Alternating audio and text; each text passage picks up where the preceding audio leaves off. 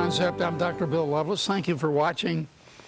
We've got an interesting topic today, one that, I think just about every family at some time thinks about, deals with, or gives counsel for.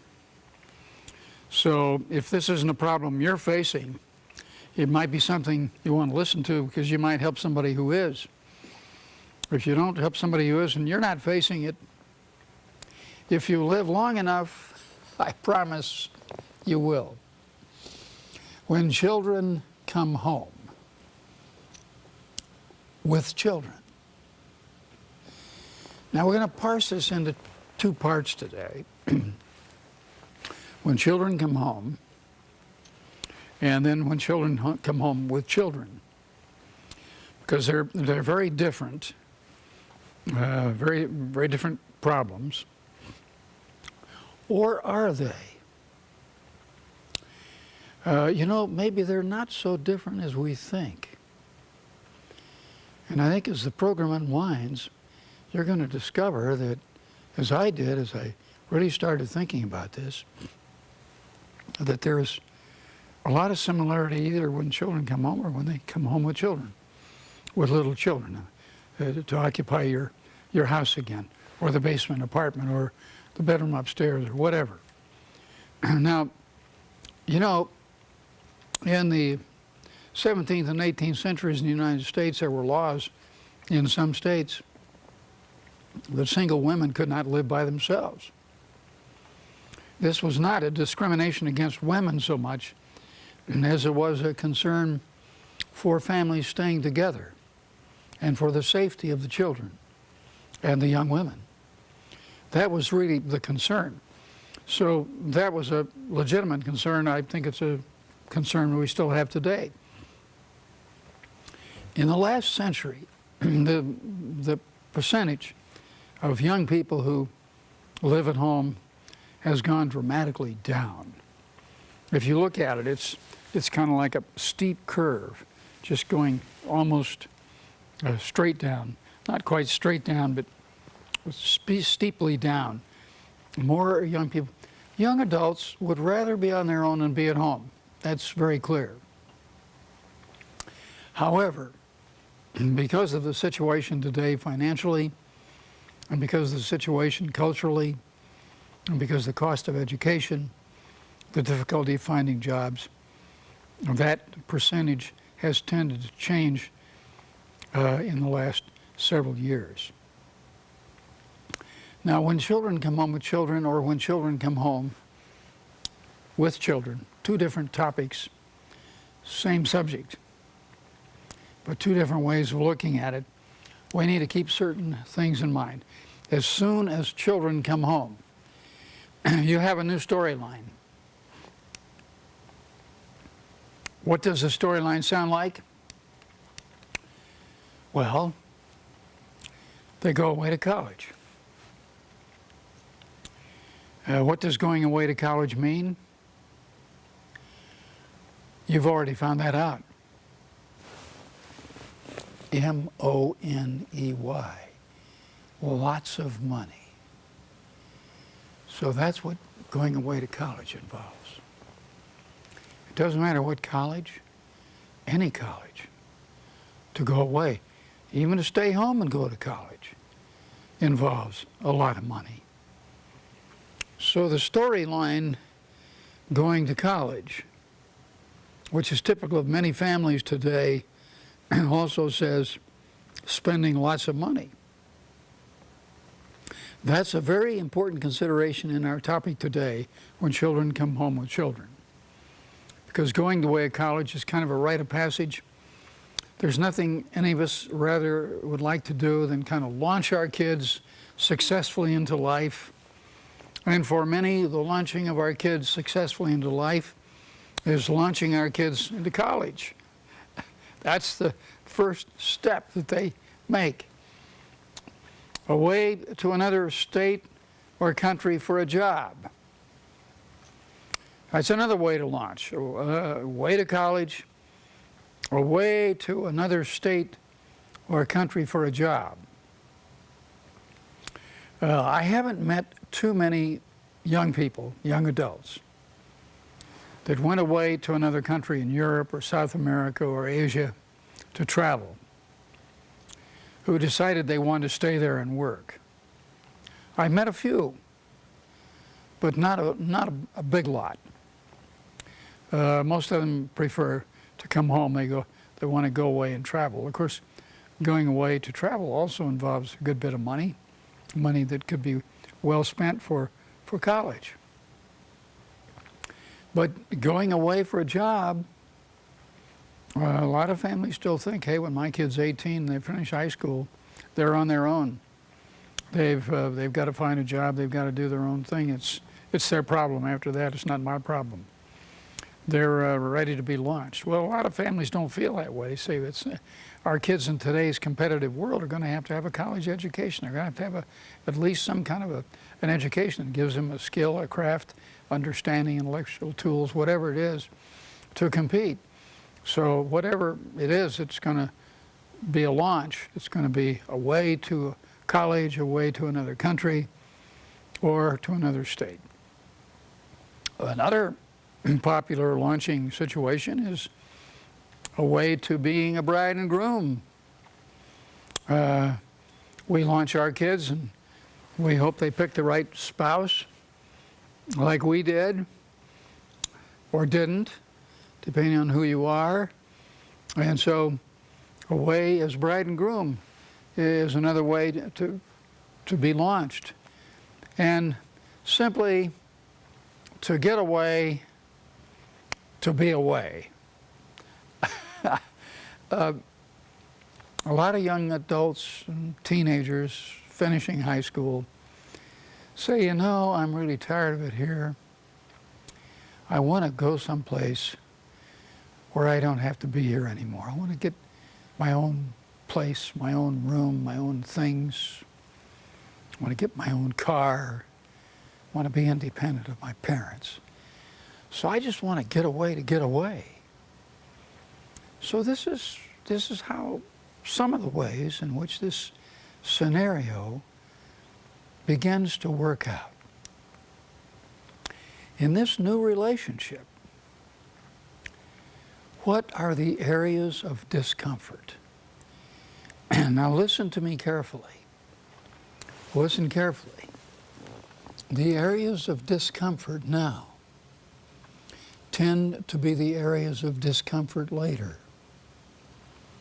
We're going to talk about these areas of discomfort today in ways that I think will be helpful to you, so you will understand just how important it is to know what these areas of discomfort are and some of the suggestions we're going to have to help you deal with them. We have a family member partly in and partly out.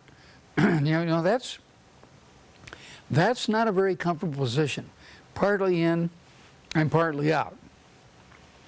And nobody's quite sure when they're in and when they're out, because when they're in or when they're out is defined by several different people, and usually those definitions don't coincide, so it's not quite exactly the same. So partly in and partly out, it's kind of an uncomfortable position. The children, A, want to leave home and be independent. The children want to leave home. I can hardly wait to get out of here. I'm so tired of these rules and regulations. I'm so tired of the way things are going around here. I want to get out of here. I'm 18 now and I can hardly wait to leave. So the children, A, want to leave home and be independent, but B, they want their laundry done and food prepared. Does that sound familiar? Why, they even want to work for you. Oh, can't you let me mow the lawn or wash the car, Dad or Mom, and earn a little money? They would love to be employees. Many of them would. Many of them wouldn't, of course. They want to get out and be on their own. So these are some of the issues. We want to launch the kids. We're interested in launching the little rascals. We really are. We want to do the best by them. we also want the kids to replicate our lifestyle. You know, I can't understand why my daughters don't act like me and my wife. Yes, I do understand. It took me a long time to understand that, though. It was very interesting. They simply haven't made some of the choices in terms of lifestyle that we have in our family. So we want to launch the kids. We also want the kids to replicate our lifestyle, but we have boundary ambiguity, which creates stress and ambiguity for everyone. In other words, nobody in this family knows quite where the fences are. Where are the boundaries? What is right and what is wrong for us to do now that we are adults? We have been launched, kind of. Our parents are happy to see us launched, happy to see us come home. And we're kind of in no man's land because there's a bit of ambiguity. Everybody's not quite sure what should be happening. Now this is the situation that we want to address now.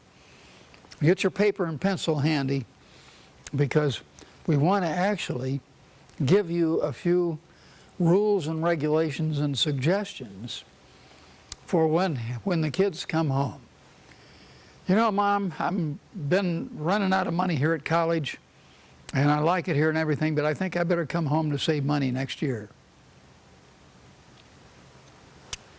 Mom, Dad, Herbert just walked out on me, and I think we're getting a divorce. Can I come home with the baby? These situations are happening all the time, in case you don't know. What are you going to do about that? Well, let's start with a very simple, basic question. When the children come home, or when the children come home with children or a child, basic question we need to ask, not after they've moved back, before they even get in the car to come. We talk with them about who takes care of whom. Whose responsibilities do we all have now for whom? You've been gone, you've been launched, we thought, we hoped, and we want to be helpful as parents. Our home will always be your home. But the circumstances now have dramatically changed. Who takes care of whom? Are you expecting us to take care of you like we used to when you lived here? Are you going to be acting like you did when you lived here? Who's taking care of whom? Next question. Basic question. Listen to me very, very carefully. Who pays for what? Now look, we all want to help our children. Most of them, if not all of them, deserve our help. Even when they do stupid, silly things. Even when they get involved with the wrong people. Even when they get involved with the wrong lifestyles and habits. They're still our kids, and we want to help them. Basic question before they ever hit the front room again is, who pays for what? We have room, we have food, we have a car, we have all these services, we have all of these issues. Who pays for this? Now, these are understandings we want to have ahead of time. Not after time, but ahead of time. Basic issue. What space belongs to whom? Boy, oh boy. If you've had kids come home as we have, some to stay quite a while and some to stay visit a week, it's funny how everything changes in the space in the house. Everything in the house space-wise changes. The closets, the drawers, the kitchen, the bathrooms. What space belongs to whom? These are the kind of discussions, you remember, that we're suggesting we have before the kids come home. A crucial question. Who reports what? Who reports what to whom? And I have 4 suggestions. I say these are 4 suggestions that basically deal with any well-regulated family, whether the kids are home or not. As long as there's 2 people involved in a family, these 4 questions are very, very basic. The first one is, where are you going? Now, with teenagers and parents, that question causes all kinds of trouble. Teenagers have no idea how it feels to lie in bed and waiting for the garage door to open after 2 o'clock on a Saturday night. They just don't get that. They're not thinking that way. Why are they worried about me? I can take care of myself. Where are you going? Whom will you be with? Whom will you be with? A very, very basic issue. This is the kind of question that every husband and wife needs to know, every parent and child needs to know. And remember what I said, every well-regulated family know these 4 questions and the answers to these 4 questions at all times. Number 3, what will you be doing? What will you be doing? Where are you going? Whom will you be with? And what will you be doing? Now that's a fair question for any family member to be asked and to respond to openly and honestly. And the 4th question, when will you return? Now these are basic issues, my friends, with children and parents, with children and children, with adults and adults. Where are you going? Whom will you be with? What will you be doing? And when will you return? These are absolutely basic. And there needs to be an agreement before Junior comes home, before Sally and her baby come home, before any children come home to stay for any length of time. Ahead of time, we need to think and talk about these 4 questions. Is it legitimate for us to expect you to answer these? Is it legitimate for you to expect us to answer these to you? We think it should be there should be reciprocity. It should go both ways. Adults need to know all of these about the children, and the children need to know all of these about the adults, and adults need to know. If these 4 simple questions were taken care of, a lot of family problems would be solved right off the bat. Where are you going? Who are you going to be with? What are you going to be doing? And when are you coming home? I mean, that's basic stuff. That's 101, Family Life 101. Ahead of time. How shall we deal with conflict and change? How shall we deal with conflict and change? Every family has conflict, and every family has change. You know that, I know that. There's no way we can duck out on that. And I can still remember the arguments we had when we disagreed about this and when there was conflict. And I can still remember when we decided we were going to move. Well, I don't want to move, and where do you move to? And whenever there's conflict and change, how shall we deal with this when you come home? We are really not wanting to get into any more of those kind of arguments. Mother and I, or Dad and I, have been working through a lot of things together, and we feel pretty good about it. And it's been a pretty quiet, tranquil place since you left for college, or since you got married and went away, or since you moved to New York City to find a job, and you're back again.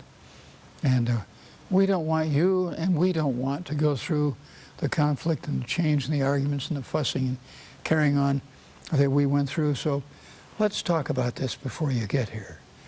Let's talk about how we're going to deal with conflict and change, because all of us have changed. Our whole situation is different now. We have changed. And how shall we deal with this?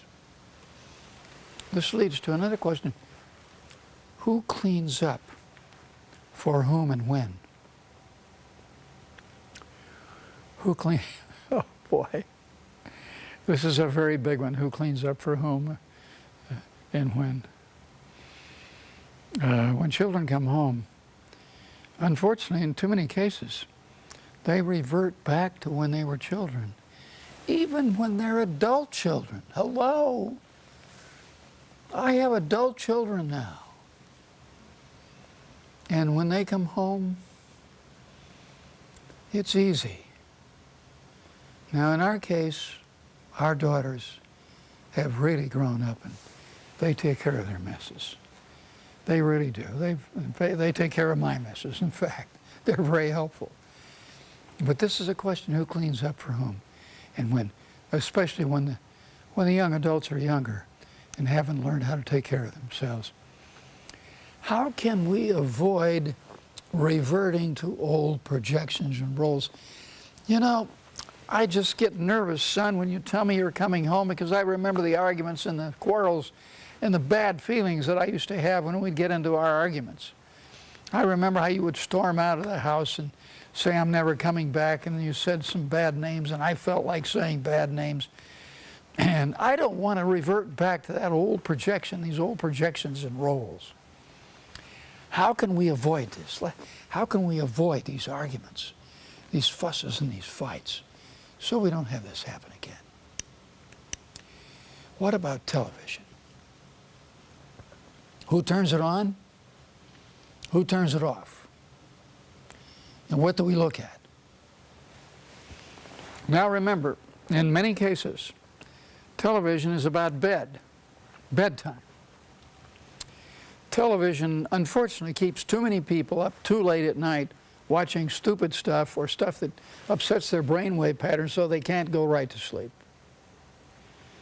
If you want to get a decent night's sleep, turn the television off if you're watching it at night an hour before you go to bed so your brain waves can settle out. Read, settle back, do some light work around the house or the garage, and kind of get ready for bed in that way, or a nice warm bath. So what about television when you come home? Who turns it on and what do we watch? Who turns it off? Are we going to fight about television? Do we have the television in every room now so that everybody can watch any time of the day or night and disrupt the schedule of the whole family? Is this what we want to do? What shall we do about privacy? For example, using the bathroom. Is the bathroom a place where you fix your hair and do your makeup? Securing closets and drawers? All of these issues that are so important in a family need to be talked about beforehand. How can we celebrate our pleasant past? How can we celebrate what rhythms are important to the family? Eating together. You want to have breakfast together? You want to have supper together? What would you like to see happen? What about going to church? What about the holidays that we've had, and going to the beach and going to the mountains? And what about church? All of these questions are questions that we want to talk about ahead of time These are all questions that have to do with the pleasant rhythms of our life. And they're very, very important questions, as all of you know. Eating together, worship, holidays, church, all of these good things. How long are you going to be here? Next important question. How long will this last? If possible, we would like to have a termination date. How long do you think you're going to be here? Don't have to say exactly, but let's have some idea how this is going to last. And by the way, who drives the family car? Or is there a family car? Or who drives whose car? And who drives it for what purposes? Well, these are good questions to ask.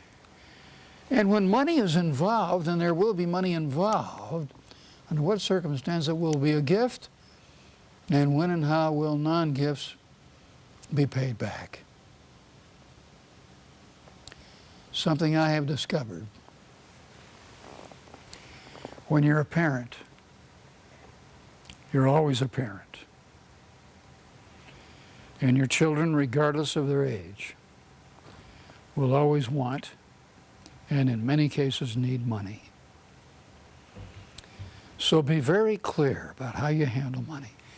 If it's a gift, say, don't have to pay this back. If you want them to pay it back and you think they should pay it back, then make it a contract and make it binding. Have a very clear understanding. This is what you need to keep in mind. These are the issues and questions. It's best to know ahead of time, not after they move in, not after they arrive. Do it all ahead of time. Remember, the storyline changes when they leave. When they come home, the storyline has changed. So guess what? When they come home, with children or just they come home, it's a new storyline again. And that storyline can be a lot of fun.